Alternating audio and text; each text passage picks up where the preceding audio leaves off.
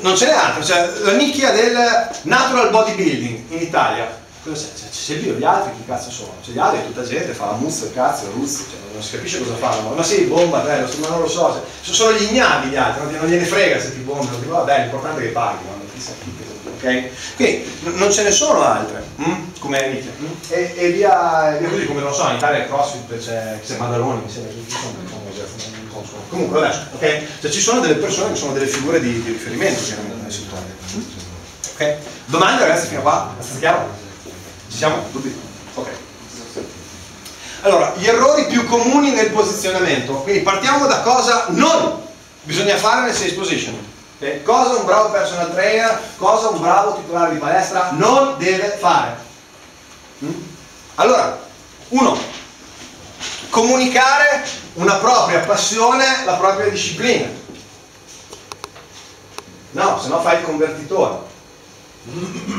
A meno che tu non sia tu lo puoi comunicare se sei il numero 1 e per quella passione, per quella disciplina c'è richiesta. Altrimenti ce l'hai a ringo puro per fare un raggio agli inizianti. Ok? Non lo diciamo così. Sì, vabbè, è lo stesso. Stia vietnamese. Okay. Quindi il concetto di base è che, allora faccio per capirsi, quando io passo davanti ai banconi, sono al supermercato, no? E vedo, non so, la Fritz Cola. Sì, la prima cosa che io faccio quando vedo un sottobrand, normalmente il 90% delle persone dice figa, mi stavo scordando la Coca-Cola, perché ti rimanda al leader di mercato. Quindi diciamo che io sono a Milano, ok?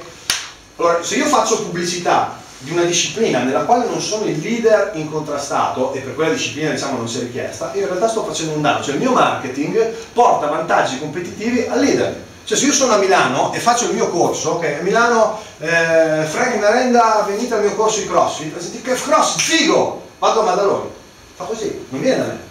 Io faccio pubblicità per me, ma in realtà sto facendo pubblicità per un brand che è associato nella testa a un'altra persona.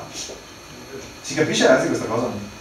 Guarda, questo è un errore che fanno in tutti i settori, cioè la gente che nasce copiando la casa madre, la casa leader e quindi fa pubblicità in realtà fa pubblicità per il brand principale.